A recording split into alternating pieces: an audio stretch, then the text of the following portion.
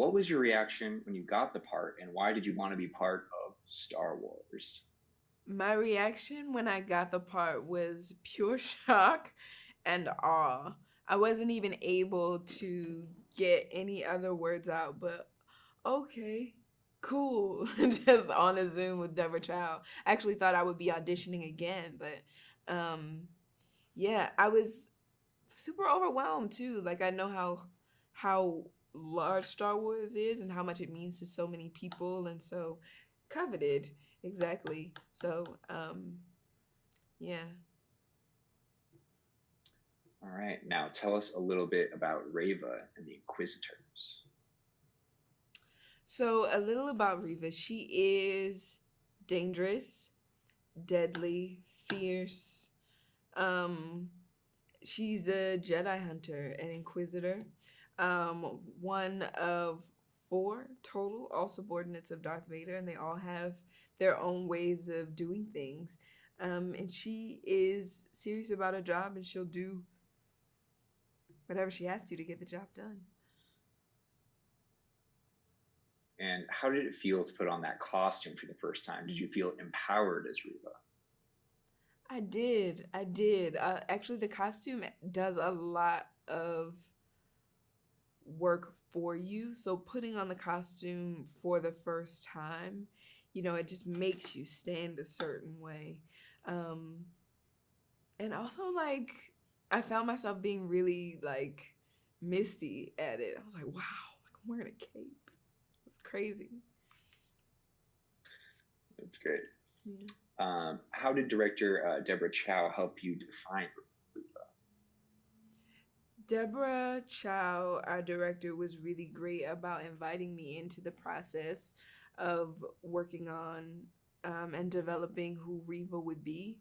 I think it would have been very easy for her to be like, "Yeah, I want to hear your thoughts," but like, shh, But she really cared about what I cared about, and so step by step and piece by piece is how Reva got her braids and sort of just the way in which we did certain things that people will see later in the series. And I'm actually really grateful for Deborah for being a safe place on this.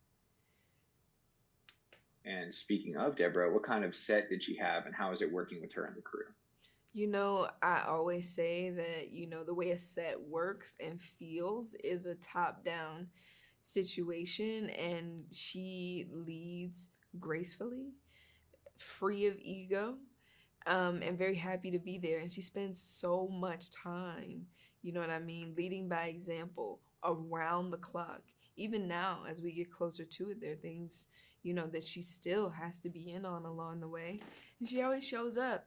She always shows up her best self, willing to give, and you just want to rise and meet her where she is all the time.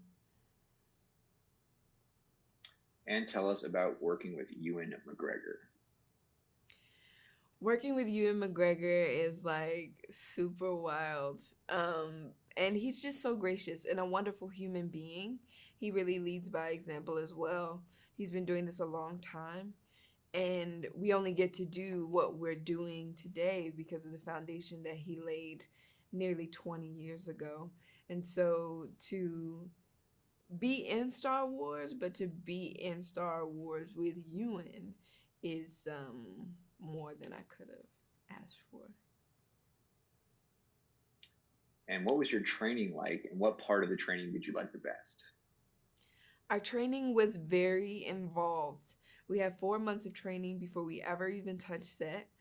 And that was like 5 days a week of like typical workouts, running and strength training. And then 3 days a week on top of that, we'd have Jedi school, which was all about core strength and stunt work and hanging in wires and flipping and how to flip into a power pose and all those kinds of things. And it was really involved. But I think the thing that I appreciated most about it was that we all did it together, though we might have been in separate, you know, pods in the room working on different things. It's nice to look over and see someone who's going just as hard as you are. And so you definitely don't want to be the weak link in the chain. And finally, what can viewers expect from this series? Viewers can expect a wild ride, a six-part series that absolutely feels like a feature. And I hope they like it. I hope they enjoy it. I had fun making it. I think I can say we all really had fun making it. And so it's going to belong to them very soon.